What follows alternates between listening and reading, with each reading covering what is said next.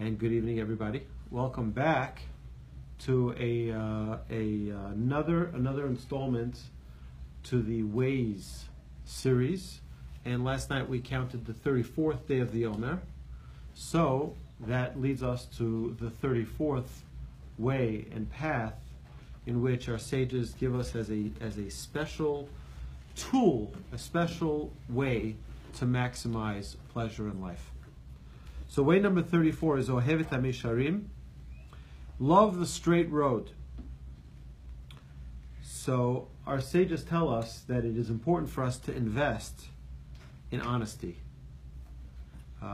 Don't go for political correctness. How correct is that today, where we're living in a society where everything is about political correctness? And there's no winners, no losers, God forbid, because you can't have a loser. If someone loses something, then how are they going to deal with it? I remember my son was once playing on a soccer league, and he lost. Season was over, and he lost. And guess what? He got a trophy. He got a trophy. Yeah. And I told him, that's the last time you're going to this league. Right? Because if you lose, I want you to feel the pain of losing. Not to lose and still come home with the trophy. That makes no sense. But that's the world that we're in today. Everything is about being politically correct and making sure that no feelings are hurt and making sure. Is that what the emes is? Is that what the truth is? You know, I'll give you an example. You ever wonder why the Torah needs to begin with God created heaven and earth? Why can't it just begin with something simpler? You know, God created Adam, or, you know, and it was, and Noach, and so on and so forth. Why does it have to be God created heaven and earth from the beginning? You know why? Because in order for God to promise Abraham the land of Israel, the land of Canaan, and there were already people living there. And if you think about it, it doesn't make any sense, right? You're going to kick people out of their land? Guess what? It was never their land to begin with. You know why? Because who's the creator of heaven and earth? God is the creator of heaven and earth.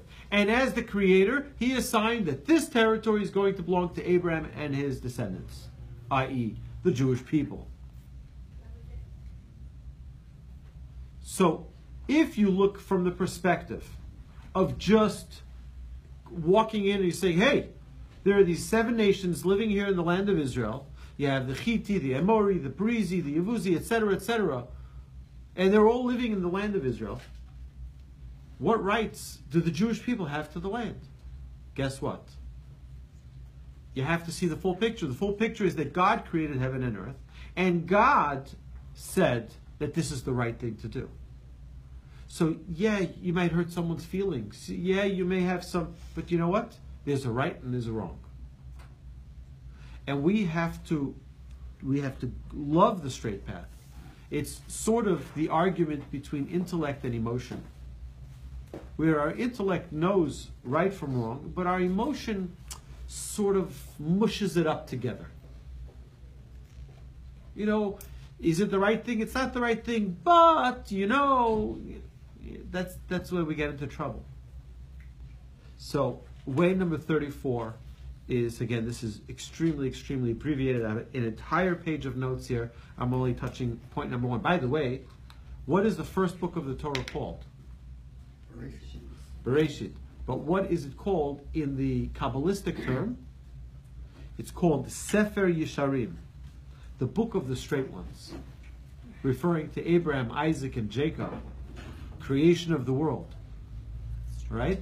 Yeah, there are things that may not be politically correct. Doesn't mean that they're not true. It doesn't mean that that's not the straight road.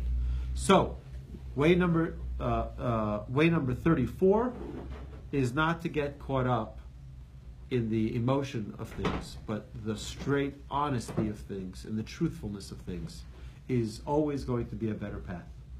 With that, my friends, we're going to sign off, and we'll be back on in a few minutes with our Musar Mondays. Thank you for joining us.